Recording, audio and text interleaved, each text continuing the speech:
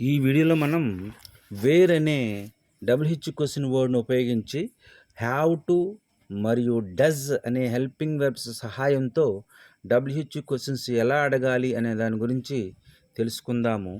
Usage వచ్చి ఒక పని ఎక్కడ జరిగింది అని ప్రశ్నలు అడగటానికి ఈ విధమైన సెంటెన్సెస్ వాడుతూ ఉంటాం మనం.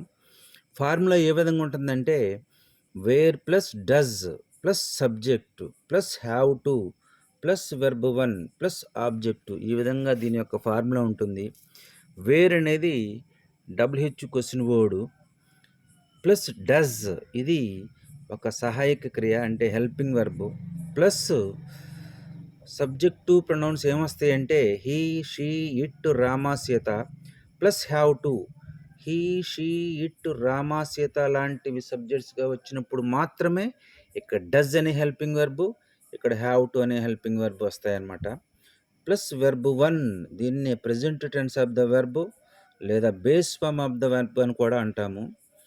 వెర్బ్ 1 యొక్క ఫామ్ ఏ విధంగా ఉంటుందంటే ఇన్వైట్ ఆహ్వానించు, నౌ తెలుసుకొను, ఆఖర్ జరుగు, ప్లే ఆడుట, రైజ్ ఉదయించు. ఈ విధంగా వెర్బ్ 1 యొక్క ఫామ్ ఉంటుంది. కొన్ని ఎగ్జాంపుల్ చేద్దాము. Where does he have to come అతను ఎక్కడకు రావాలి. Where does she have to come again ఆమె మరలా ఎక్కడకు రావాలి. Where does it have to go అది లేదా ఇది ఎక్కడకు వెళ్ళవలెను.